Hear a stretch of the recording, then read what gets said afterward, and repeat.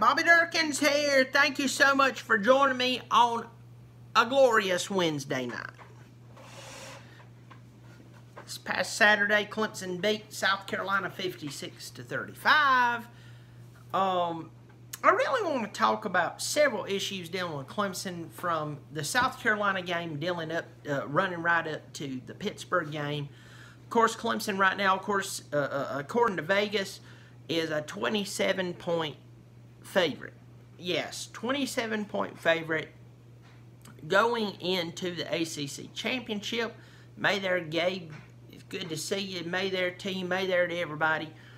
So let's talk about what happened this past weekend. I was at the game with Tailgating for Tigers. Most of all of y'all have possibly already seen the video I've had with Tailgating for Tigers. May there, Washington Huskies football. Congratulations on the win against Washington State. Good to see you. Yeah, this is just kind of growing out there.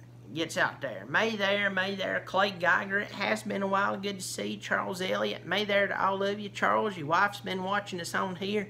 Glad to have y'all all. Have the whole Elliott family there. I was at the game with Tailgating for Tigers. Of course, we did the video. It was great. If you hadn't seen it already, go on to TigerNet. Check it out. You can also check it out on YouTube. In a little over a day, it has over 13,000 views, which I thought that was pretty doggone good. Let's talk about what I saw out of Clemson's defense that gave up over 500 yards of offense. And I'm glad y'all look forward to hearing from me. I'm trying to do what I do. When Clemson walks out,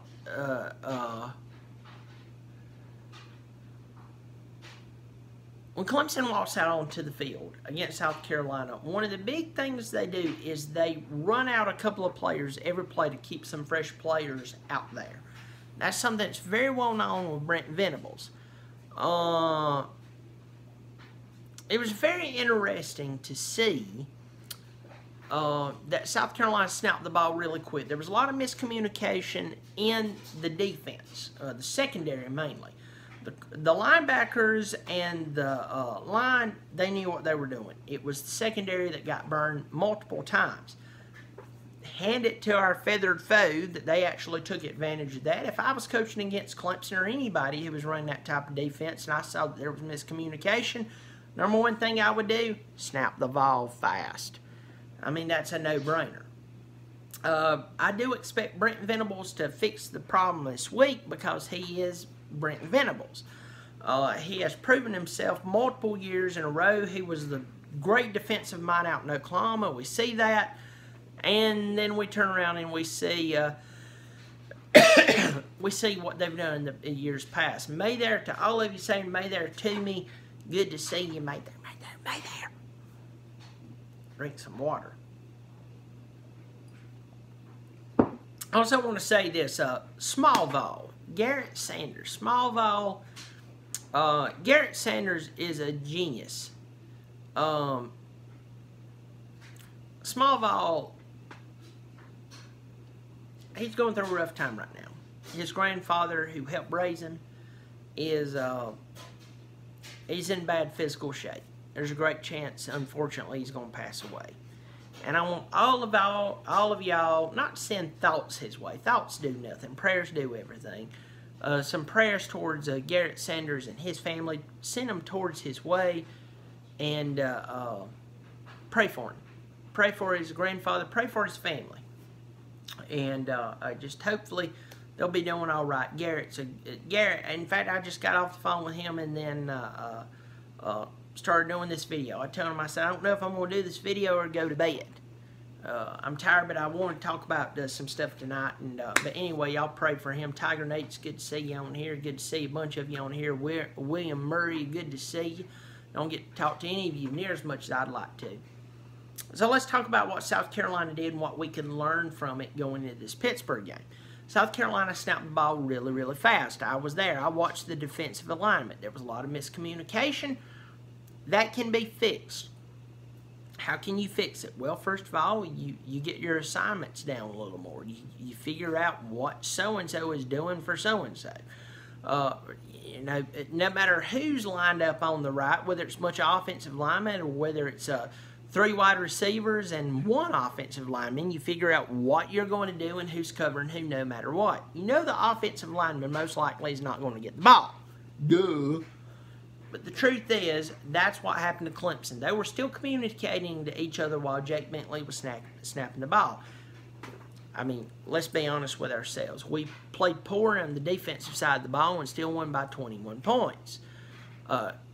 Coach Venables is definitely going to be taking those boys to good old bout of, I wished I hadn't have played that way this past Saturday, and they're going to play great against Pittsburgh. Concerning Pittsburgh, we know that they beat us 2 years ago. It was the very same year that we went on to the national championship and won. Lindsey Bell, everybody wants to stop here and says, May there, first time watching live. May there to you, Lindsey. Thank you for joining me. May there, May there, May there. It's a little more calm version of me right now because I'm about to go to bed, but I wanted to make a video and say, May there to you. Everybody make Lindsey Bell feel welcome here at the Dirkens House of Happiness. Whew. Lemons, watch out for that fullback out of the backfield. You're right, Lemons. The truth is, that's exactly what they did. They brought the ball around the front. They tossed it after they cleared out kind of the middle section and got first down after first down. That's what they did a couple of years ago. No, I'm sorry for yawning on y'all. But you are right. It's 100% right. What Clemson has to do, play good defensive assignment here. I do not believe that their defense is going to be able to hold us. They might get a couple of stands here or there. But overall, there's one thing that I can say about Clemson's offense, especially since Trevor Lawrence became acclimated. I'm not talking about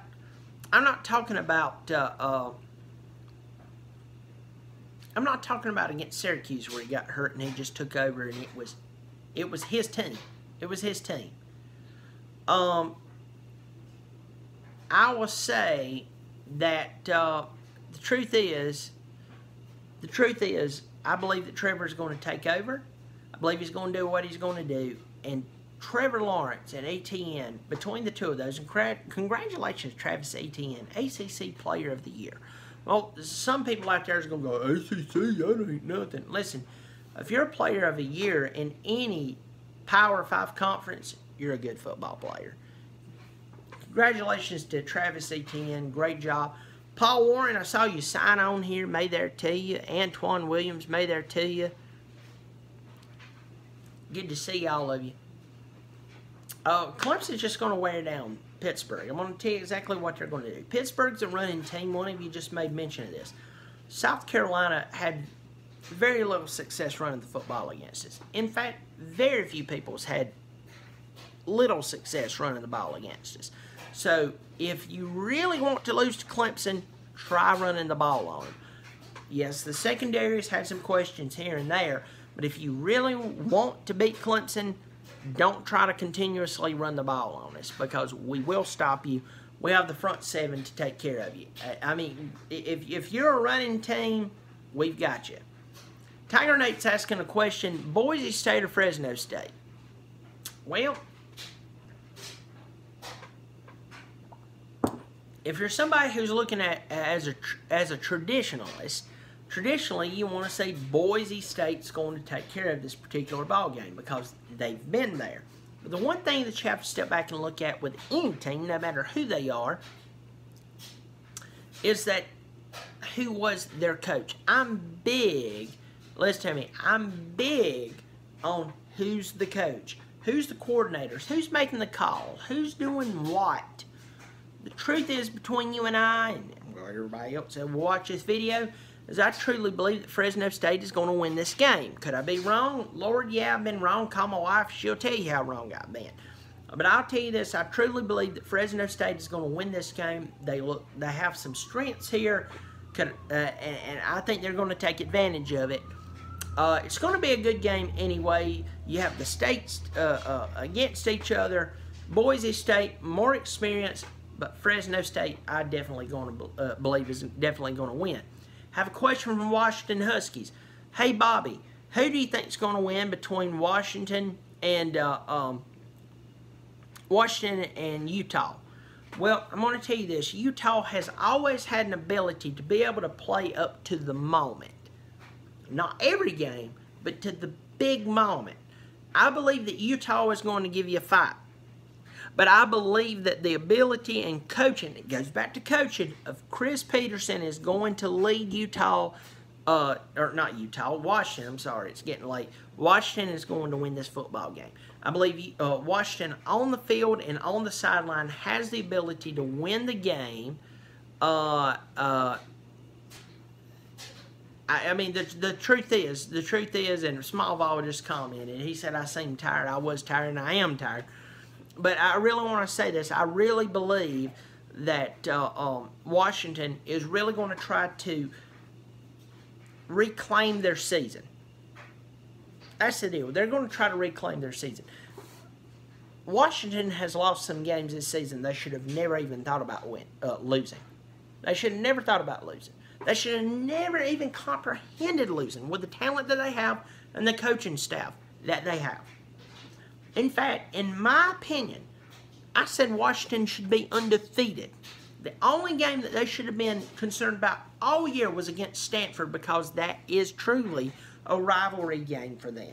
Forget Washington State.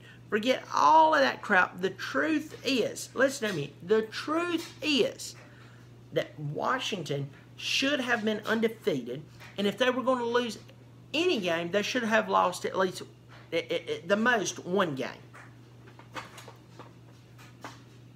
They've lost multiple games. Fortunately for them, they won the game against Washington State. They're going to play against Utah. And my point is, listen to me, my point is, they win this game, they go to the Rose Bowl. They go to the Rose Bowl. I believe that they're going to try to reclaim what should have been on a low pedestal, a Rose Bowl. Think about that. A low pedestal is a Rose Bowl. They should be in the college football playoff by talent, by coaching. This is their chance to reclaim something special, and I believe Washington's going to rise to the occasion. Paul Warren asked the question, did Clemson lose to Pittsburgh before? 2 years ago, absolutely. In the last couple of weeks of their season, they lost to Pittsburgh on a field goal. Pittsburgh threw/ran the ball all over Clemson. Clemson played horrible with Deshaun Watson, Mike Williams, Wayne Gallman. Incredible football players, and still lost. Fortunately, we got to the national championship and won it. I believe we're going to take care of them. I believe we're going to pay them back for a couple of years ago. They just got absolutely trashed by Miami.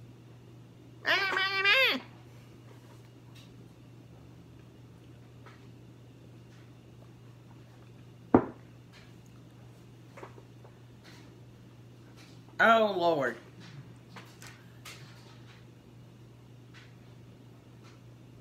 Let me ask a question. Bobby, how do you feel about Oklahoma? They beat Texas. They beat them by, I think they'll beat them by 17 points if I read that right. I think Oklahoma's ready for this one. I really do. I think Oklahoma's going to win this ball game. I think they'll win it commandingly. I agree with you, 100%. I mean, it is what it is. I think Oklahoma wins the game commandingly. I don't think it's close against Texas. I could be totally wrong. Totally wrong. But I definitely think that they win. I think Oklahoma wins the ball game. The big thing for this whole college football layout, we know that Alabama's going to win this week. And whether they win or lose, they're in. Right? Right? And then Clemson's in. Notre Dame is already in. Really, it's the 4 spot that's up. I mean, it is what it is. It really is what it is. Several questions coming to me right now. I'll try to lay this out and then answer them those questions. But I think that if Oklahoma can win decidingly, they're in. Forget Ohio State. Everybody still remembers them getting blistered by Purdue. I mean, at least with the win that Oklahoma had. Or the loss, excuse me, that they had against Texas. It was against a good team. Oklahoma wins, especially by a couple of touchdowns. They're in. No question. Had a question here from a Tennessee fan, Paul Warren, saying, do you think that Tennessee is heading in the right direction? You know, and I hadn't looked at this, so forgive me, but if they've hired Hugh Freeze as the offensive coordinator, I believe wholeheartedly they've went in the right direction. Right direction. If I'm wrong, y'all tell me whoever they hired as the offensive coordinator.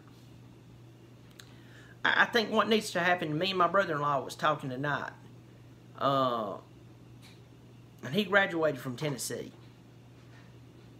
20 Savage says Texas wins.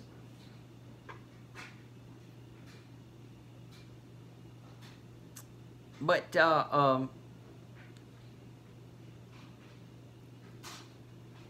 if what's his face? If Hugh Freeze is hired as the offensive coordinator, I think they've got good. I think they got some good things. As I was saying, my brother-in-law, he and I were talking tonight, and he's a Tennessee graduate. He said, "I hope they hire Hugh Freeze. I hope they just keep the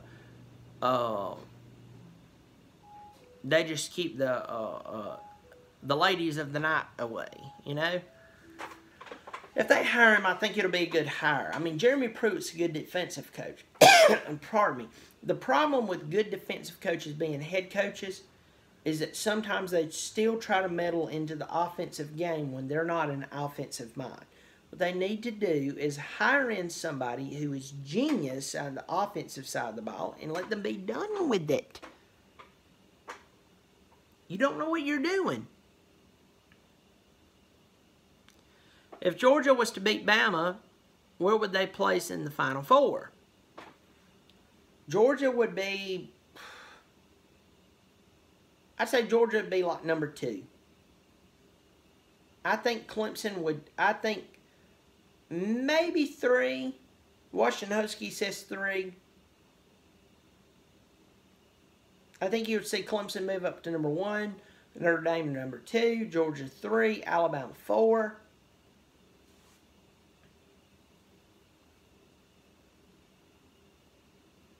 I don't know if you really want any more than that.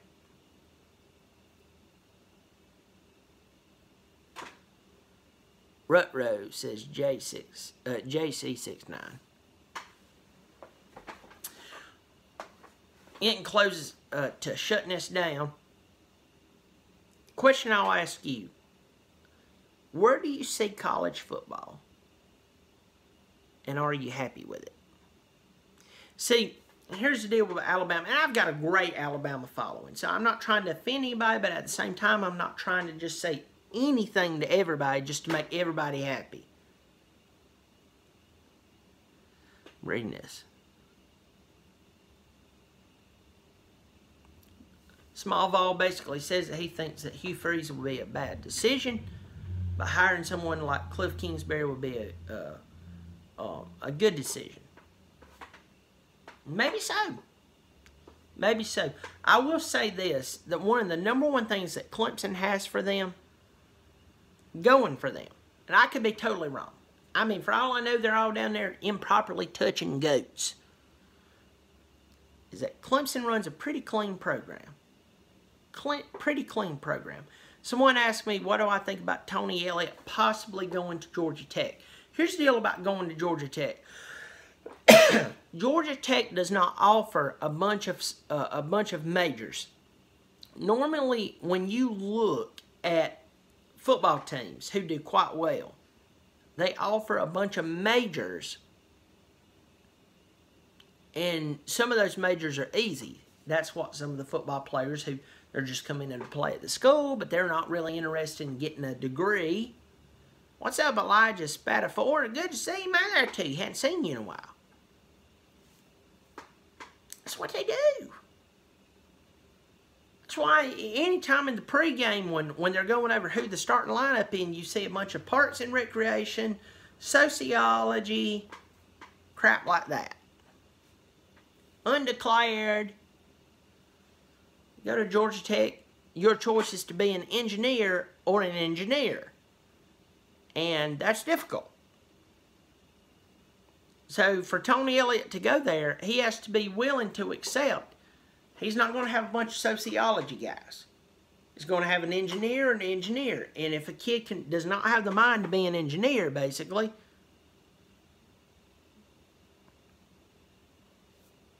it is what it is. Paul Warren says, I think Clemson is the only team that has a shot to beat Alabama. I agree with you. I agree with you. I agree with you, definitely.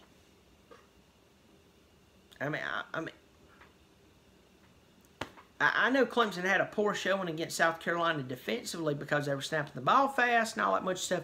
Brent Venables is going to fix that. That's why he is who he is. You need to take this to the bank, roll it up, and smoke it, or whatever your little cliche line is. Brent Venables is not going to let that happen again. I called it Clemson is going to win this game against Pittsburgh 35-10. It's a 25-point win. Satisfies the spread. It makes sense.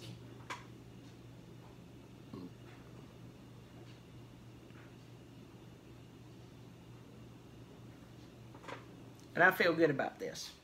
Feel good about it. Well, listen, everybody, I'm going to go ahead and shut this thing down. I've probably been up way too late. It's probably one of the more boring videos that I've had in quite a while. May there to all of you. May there to all of you. Thank you so much for saying may there to me. Remember, my new songs are online. You can go to iTunes, type in Bobby Dirkens, of course, B-O-B-B-Y, D-I-R-K-E-N-S. Go to iTunes, type it in. I think I'm on Spotify already. And you can find me there.